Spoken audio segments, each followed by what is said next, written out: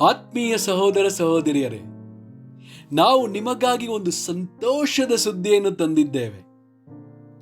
ಜನವರಿ 1ರಿಂದ 2025 ಸಂಪೂರ್ಣ ವರ್ಷಕ್ಕೆ 365 ಟಾಪಿಕ್ಸ್ಗಳನ್ನು ಹಂಚಿಕೊಳ್ಳುತ್ತೇವೆ.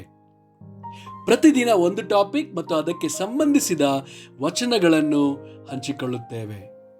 ಇದನ್ನು ಕೇಳಿ ಧ್ಯಾನಿಸಿ ಆಶೀರ್ವಾದ ಹೊಂದಬೇಕೆಂದು ಪ್ರೋತ್ಸಾಹಿಸುತ್ತೇನೆ. ದಯವಿಟ್ಟು ಸಬ್ಸ್ಕ್ರೈಬ್ ಮಾಡಿ ನಿಮ್ಮ ಸ್ನೇಹಿತರೊಂದಿಗೆ ಹಂಚಿಕೊಳ್ಳಿ.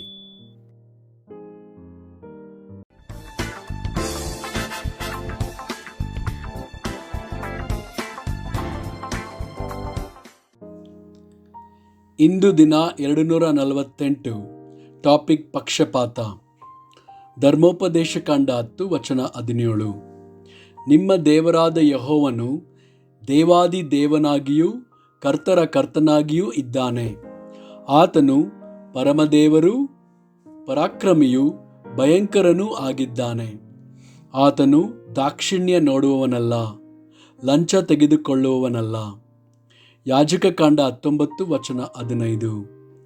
ವ್ಯಾಜ್ಯವನ್ನು ವಿಚಾರಿಸುವಾಗ ಅನ್ಯಾಯವಾದ ತೀರ್ಪನ್ನು ಮಾಡಬಾರದು. ಬಡವನ ಬಡತನವನ್ನಾಗಲಿ ದೊಡ್ಡ ಮನುಷ್ಯನ ಘನತೆಯನ್ನಾಗಲಿ ಲಕ್ಷ್ಯ ಮಾಡದೆ ಪಕ್ಷಪಾತವಿಲ್ಲದೆ ತೀರ್ಪನ್ನು ಕೊಡಬೇಕು. 1 ತಿಮೋಥೆಯನಿಗೆ 5 ವಚನ 21.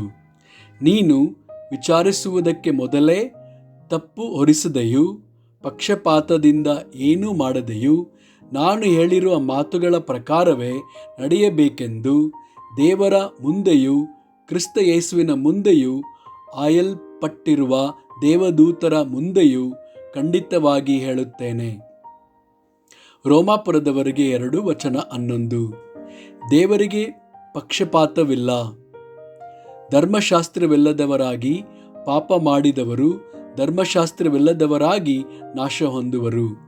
ಆದರೆ ಧರ್ಮಶಾಸ್ತ್ರವುಳ್ಳವರಾಗಿದ್ದು ಪಾಪ ಮಾಡಿದವರು ಧರ್ಮಶಾಸ್ತ್ರಕ್ಕನುಸಾರವಾಗಿ ತೀರ್ಪನ್ನು ಹೊಂದುವರು. ಯಾಕೋಬ 2 ವಚನ 1. ನನ್ನ ಸಹೋದರರೇ, ಪ್ರಭಾವವುಳ್ಳ ನಮ್ಮ ಕರ್ತನಾದ ಯೇಸು ಕ್ರಿಸ್ತನಲ್ಲಿ ನಂಬಿಕೆ ಇಟ್ಟವರಾದ ನೀವು ಪಕ್ಷಪಾತಿಗಳಾಗಿರಬಾರದು. ಆಮೇನ್.